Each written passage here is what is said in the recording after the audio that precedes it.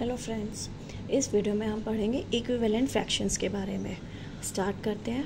हमारे पास 3 स्क्वायर्स बने हुए हैं जिसमें कुछ पार्ट शेडेड है, कुछ अनशेडेड है। ठीक है, अब जैसे हमारे पास 3 स्क्वायर्स है ना, तो आपको फर्स्ट स्क्वायर देखते हैं। फर्स्ट स्क्वायर में आपको निकालना है फ्रैक्शन ऑफ शेडेड पार्ट। तो आप क्या निकालोगे, 2 पार्ट्स में डिवाइडेड है और एक पार्ट आपका शेडेड है, तो फ्रैक्शन ऑफ शेडेड पार्ट कितना होगा, 1/2। ठीक है, सेकेंड में आपके पास फिर वही आपको निकालना है कि फ्रैक्शन ऑफ शेडेड पार्ट। तो देखो ये 4 में डिवाइडेड है, 1 2 3 4, जिसमें से 2 पार्ट्स उसके शेडेड है, तो fraction of shaded part of second figure will be 2/4।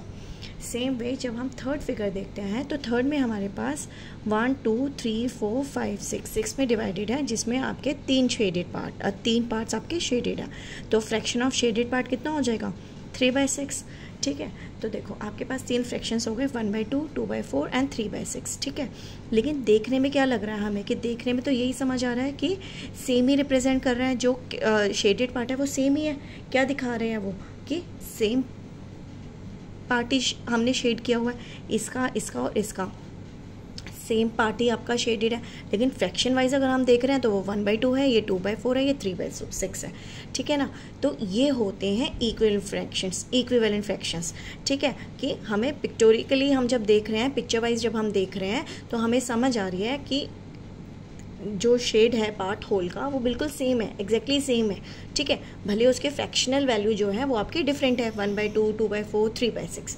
ठीक है, तो ऐसे फ्रैक्शंस को हम बोलते हैं, जो पिक्चर फॉर्म में तो हमें समझ आ रही है लेकिन फ्रैक्शंस उसके डिफरेंट है, तो वो उन फ्रैक्शंस को हम बोलते हैं इक्विवेलेंट फ्रैक्शंस। ठीक है, दीज फ्रैक्शंस आर कॉल्ड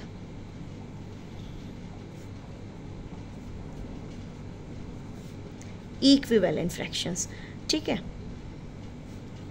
तो हमें क्या समझ आया कि इक्विवेलेंट फ्रैक्शंस क्या है, दे रिप्रेजेंट, हमें फिगर देख के क्या समझ आया, पिक्चर देख के क्या समझ आ रहा है, they represent the same part of whole. Same part of whole, तीनों पिक्चर से हमें यही समझ आ रहा है कि जो शेडेड पार्ट है वो एग्जैक्टली हाफ है, भले उसे हम 1/2 लिखें या 2/4 लिखें या 3/6 लिखें, लेकिन पूरे होल में से हमने आधे पार्ट को शेड किया है तीनों फिगर्स में। क्लियर हो गया, तो ये तीनों फ्रैक्शंस क्या हो गए, equivalent fractions, because they represent the same part of whole, same part of whole. ठीक है, ऑल्सो हम इसमें हमें और समझ आ रहा है इसमें कि 2/4 को हम ऐसे लिख सकते हैं, 2/4 इज इक्वल टू 1 × 2, 2 × 2, ऐसे लिख सकते हैं हम इसको।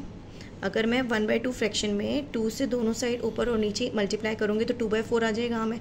सेम वे जो 3/6 है उसे हम क्या लिख सकते हैं, 1 × 3 एंड 2 × 3, ये भी मुझे समझ आ रही है ना।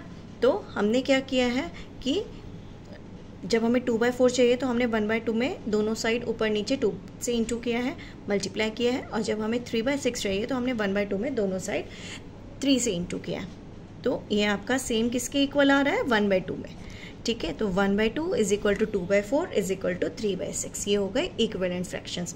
तो हमें एक और चीज़ समझ आई जब हमने ये ऑब्जर्व किया है कि अगर हम सेम नंबर से न्यूमरेटर और डिनोमिनेटर में मल्टीप्लाई करते हैं तो हमें इक्विवेलेंट फ्रैक्शंस मिल जाते हैं, है ना। तो इस पॉइंट यहाँ से हम ये डिराइव कर सकते हैं ना कि in order to obtain an equivalent fraction we have to multiply both numerator and denominator by same number। ये हम कंक्लूजन दे सकते हैं। चलो, तो इसको हम लिख देते हैं यहाँ पे। तो in order to find an equivalent fraction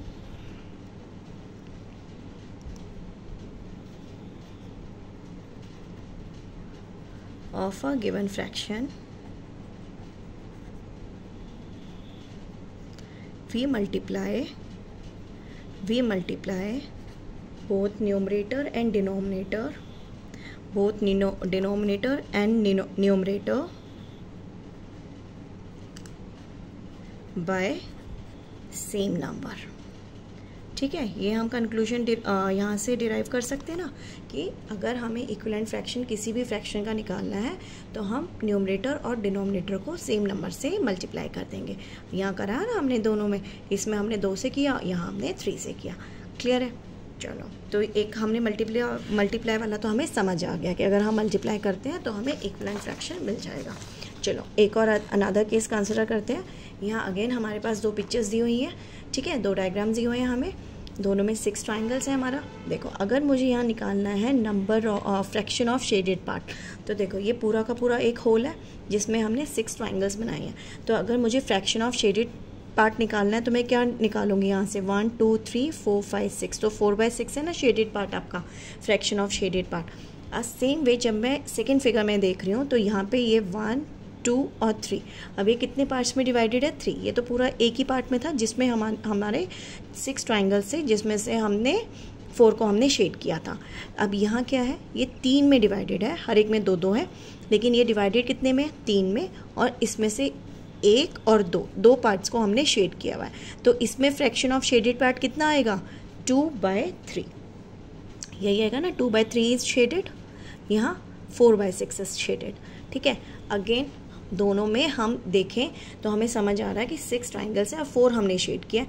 again हम ये कंक्लूजन कर सकते हैं कि दिखने में जब हम पिक्चर वाइज देख रहे हैं तो पिक्चर वाइज तो दोनों सेम ही शो कर रहे हैं, भले फ्रैक्शन वाइज वो 4/6 दिखा रहा है और 2/3 दिखा रहा है ना, समझ आ रहा है। तो हमें जब हम पिक्चर बना के देख रहे हैं इसकी, तो पिक्चर वाइज तो वो सेम ही शो कर रहा है, लेकिन फ्रैक्शन वाइज वो डिफरेंट शो कर रहा है, ठीक है। तो इसमें हम एक चीज़ नोट करते हैं, 2/3 इज इक्वल टू 4/6। हम अगर इसमें 4 को मैं 2 से डिवाइड कर दूं और 6 को भी 2 से डिवाइड कर दूं, दोनों को मैं ऊपर नीचे 2 से डिवाइड करती हूँ, तो मुझे क्या मिल जाएगा 2/3 मिल जाएगा ना। तो इसलिए हम बोलते हैं 2/3 इज इक्वल टू 4/6। तो पहले वाले एग्जाम्पल से हमने करा कि अगर हमें किसी भी फ्रैक्शन का इक्विवेलेंट फ्रैक्शन निकालना है तो मैं बोथ न्यूमरेटर और डिनोमिनेटर को सेम नंबर से मल्टीप्लाई करूँगी तो मुझे इक्विवेलेंट फ्रैक्शन मिल जाएगा। और यहाँ से हमने क्या डिराइव किया है कि अगर मैं 2 नंबर न्यूमरेटर और डिनोमिनेटर दोनों को सेम नंबर से अगर डिवाइड कर दूँ तो भी मुझे इक्विवेलेंट फ्रैक्शन मिलेगा।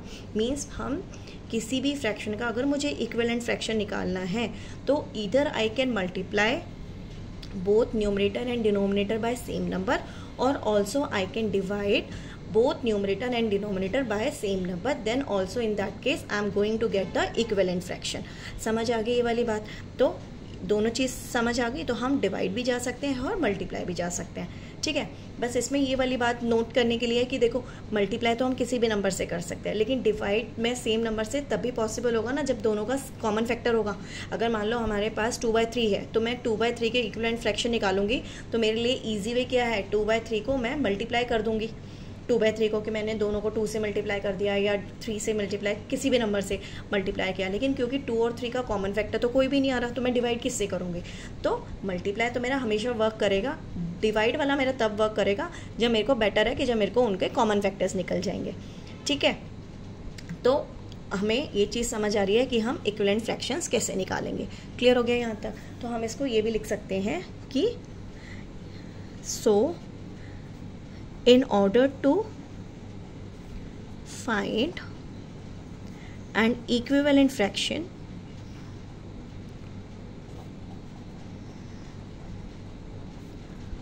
of a given fraction, we divide both numerator and denominator by same number. Clear हो गया ये हमें। तो इक्विवेलेंट फ्रैक्शन हमें कैसे निकालना है, क्लियर हो गया। चलो अब हम कुछ क्वेश्चंस करते हैं इक्विवेलेंट फ्रैक्शन से रिलेटेड। फर्स्ट है हमारे पास, find the equivalent fraction of 10/30। 10/30 हमें एक फ्रैक्शन दिया हुआ है, इसका हमें इक्विवेलेंट फ्रैक्शन निकालना है जिसमें कंडीशन हमें दी हुई है कि डिनोमिनेटर कितना है 3। मीन्स हमें कुछ ऐसा निकालना है 10/30 इज इक्वल टू एक और फ्रैक्शन है जिसमें डिनोमिनेटर में तो 3 आ रहा है, न्यूमरेटर हमें निकालना है। इस टाइप से है ना ये वाला क्वेश्चन। तो देखो 30 से 3 कैसे पहुँचे हैं हमने 30 को 10 से डिवाइड किया है तभी तो 3 आएगा हमारे पास। तो मैं 10 से फिर मुझे ऊपर भी डिवाइड करना पड़ेगा, यही है ना इक्विवेलेंट फ्रैक्शन कि या तो मैं सेम नंबर से मल्टीप्लाई करूं न्यूमरेटर और डिनोमिनेटर दोनों को, या सेम नंबर से डिवाइड करूं। तो अब कितना आ गया 1/3 आ गया। तो इस बॉक्स में क्या आएगा आंसर 1। क्लियर हो गया। सेम वे अब हमें नेक्स्ट क्या निकालना है, 10/30 का इक्विवेलेंट फ्रैक्शन निकालना है जिसमें न्यूमरेटर में 50 है और डिनोमिनेटर मुझे निकालना है। तो देखो 10 से 50 पे आप कैसे पहुँचोगे, इंटू 5 करके। तो इसमें क्या है हमारे पास 10 इंटू 5, तो मुझे ऑब्वियसली मुझे नीचे भी 5 से मल्टीप्लाई करना पड़ेगा। तो कितना आ जाएगा, 5 3 सा 50। तो यहाँ वाले बॉक्स में कितना आएगा, 150। क्लियर हो गया कैसे करना है हमें? हाँ, ओके। चलो नेक्स्ट क्वेश्चन है, राइट 4 इक्विवेलेंट फ्रैक्शंस ऑफ 3/7। तो जब आपको 4 इक्विवेलेंट फ्रैक्शंस निकालने हैं तो सिंपल मल्टीप्लिकेशन से करते हैं हम, 2 3 4। तो 4 इक्विवेलेंट फ्रैक्शंस हमें निकालने हैं, तो हम कैसे निकालेंगे? सबसे पहले हम 2 से मल्टीप्लाई कर देते हैं दोनों साइड, तो कितना हो गया 6/14। फिर दूसरा ये एक इक्विवेलेंट फ्रैक्शन हो गया, अब मैं 3 से मल्टीप्लाई कर लेते हैं, तो 3 3 ज़ा 9, 7 3 ज़ा 21। फिर एक और निकालना है, हमें तो 4 निकालना है ना, तो हमने 4 से मल्टीप्लाई किया, तो कितना आया हमारे पास 3 4 ज़ा 12, 7 5 ज़ा 35। ओह सॉरी, यहाँ तो 4 से है तो यहाँ पे भी तो 4 से ही होगा, तो 7 4 ज़ा 28, सॉरी, तो 12/28, 12/28, क्योंकि हमें तो सेम नंबर से करना है, 4 से किया तो 4 से ही करना है, ठीक है। फिर आया 3/7, अब हम 5 से कर देते हैं दोनों साइड, तो कितना हो गया 15/35, ठीक है। तो हमने 2 से लिया, 3 से, 4 से और 5 से, ठीक है। हम यहाँ पे कोई भी बड़ा नंबर भी ले सकते थे, लेकिन अपनी कैलकुलेशन को क्यों डिफ़िकल्ट करना है, इक्विवेलेंट फ्रैक्शन से तो निकालने हैं, तो वो तो हमारे कोई भी निकलेंगे, सेम नंबर से हमें मल्टीप्लाई करना है, हमने ऊपर नीचे या डिवाइड करना है न्यूमरेटर और डिनोमिनेटर दोनों को, ठीक है। तो ये हो गया क्वेश्चन, समझ आ गया। अब नेक्स्ट क्वेश्चन देखते हैं हम इसमें। फिर आपके पास है इक्विवेलेंट फ्रैक्शन से आपके पास किसी में न्यूमरेटर दिया हुआ है, किसी में डिनोमिनेटर दिया हुआ है, ठीक है। रिलेशंस आप निकालोगे, फिर सॉल्व करोगे। चलो अब सबसे पहला वाला लेते हैं हमने लिया 32/56 इज इक्वल टू 16। ये वाला बॉक्स आपको फिल करना है। अब देखो आप 32 से 16 पे कैसे गए हो, आप बताओ। 16 2 से 32 होते हैं ना, तो इसका मतलब हमने 32 को 2 से डिवाइड किया है, तो सेम ही नंबर से हमें नीचे भी डिवाइड करना पड़ेगा। तो 56 को अगर मैं 2 से डिवाइड करूँ तो कितना आएगा, 2 2 ज़ा 4, 2 8 ज़ा 16, तो यहाँ कितना आ गया 28, ठीक है। अब हम नेक्स्ट बॉक्स लेते हैं, 32/56 इज इक्वल टू 8 अब ये वाला देखो 32 से 8 पे कैसे गए बताओ। 32 से 8 4 ज़ा 32, इसका मतलब हमने 32 को अगर हम 4 से डिवाइड करेंगे तो हमें 8 आ जाएगा, मिल जाएगा यहाँ पे। तो सेम वे मुझे 56 को भी 4 से डिवाइड करना पड़ेगा। 4 1 ज़ा 4, 4 4 ज़ा 16, तो कितना आ गया हमारे पास 40। क्लियर। ना लास्ट वाला हमने इक्वालिटी ली, last equality 32/56 is equal to, अब हमें न्यूमरेटर निकालना है, हमें डिनोमिनेटर दिया हुआ है 7। अब देखो 56 से 7 का क्या रिलेशन है, 56 और 7 में मल्टीप्लाई कर दें हम 7 × 8 तो 56 आता है। तो इसमें हमने किया है 7 × 8, सॉरी हमें तो ऊपर का निकालना है ना, 56 से 7 करने के लिए हमें डिवाइड करना पड़ेगा। 56 डिवाइडेड बाय आप करोगे 8, तो 8 7 ज़ा 56, तो 32 डिवाइडेड बाय 8 ऐसे करना पड़ेगा ना हमें। 32 को 8 से डिवाइड किया तो यहाँ आ गया हमारे पास 4। क्लियर हो गया कैसे करना है हमें इक्विवेलेंट फ्रैक्शन, समझ आ गए।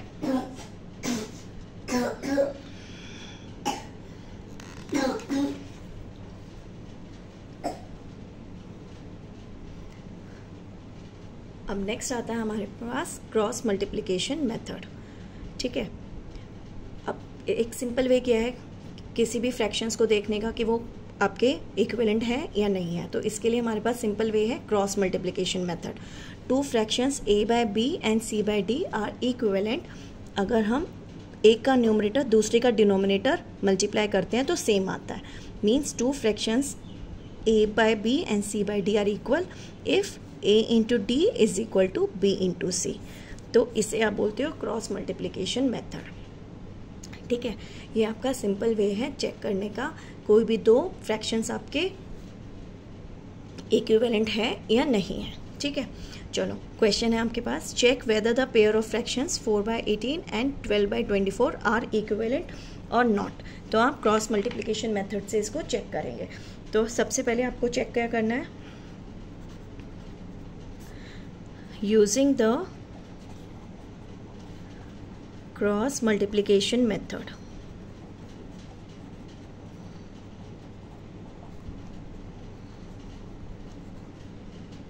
हम इसको चेक करेंगे कि ये है या नहीं, तो इनको इनटू करना है और इनको करना है। तो जो आपके क्रॉस प्रोडक्ट्स आएंगे, द क्रॉस प्रोडक्ट्स आर, एक तो है 4 इंटू 24, 4 4 ज़ा 16, 4 2 ज़ा 8 9 96, एंड दूसरा कितना है 8 इंटू 12, एंड 12 8 ज़ा कितना होता है 96। दोनों सेम आ गए ना, तो इसलिए using cross multiplication method these two fractions are equivalent using cross multiplication method. So using cross multiplication method 4 by 8 and 12 by 24 are equivalent. हमने समझ आ गया हमें using cross multiplication method these two fractions are equivalent.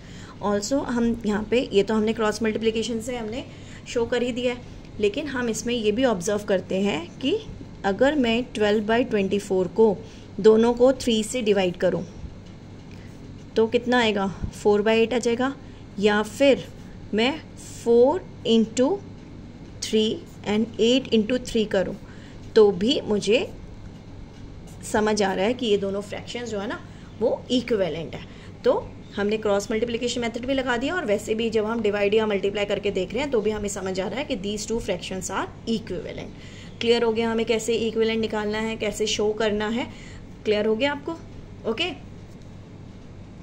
ठीक है। अगर video अच्छा लगे तो please like, share and subscribe. Thank you.